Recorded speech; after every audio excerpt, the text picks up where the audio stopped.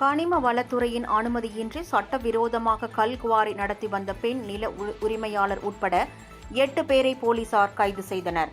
தேனி மாவட்டம் பெரியகுளத்தை அடுத்த வாடிப்பட்டி பகுதியில் லதா என்பவருக்கு சொந்தமான நிலத்தில் அனுமதியின்றி கல் குவாரி நடத்தப்பட்டு வருவதாக கிடைத்த தகவலை அடுத்து போலீசார் அங்கு நேரில் சென்று ஆய்வு மேற்கொண்டனர்.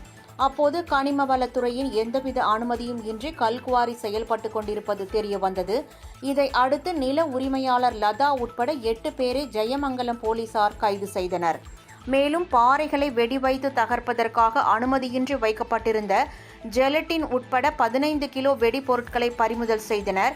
நில உரிமையாளர் லதாவிடம் வத்தலக்குண்டு பகுதியைச் சேர்ந்த பாலச்சந்திரன் என்பவர் தாம் ஒரு சிலை செய்யும் சிற்பி என்றும் நிலத்தில் உள்ள பாறாங்கற்களை சிலை செய்வதற்காக எடுத்துக்கொண்டு நிலத்தை சீர்படுத்தி தருவதாக கூறி கடந்த 1 மாத காலமாக கற்களை வெடிவைத்து தகர்த்தி குவாரி நடத்தி வந்தது முதற்கட்ட விசாரணையில் தெரியவந்துள்ளது.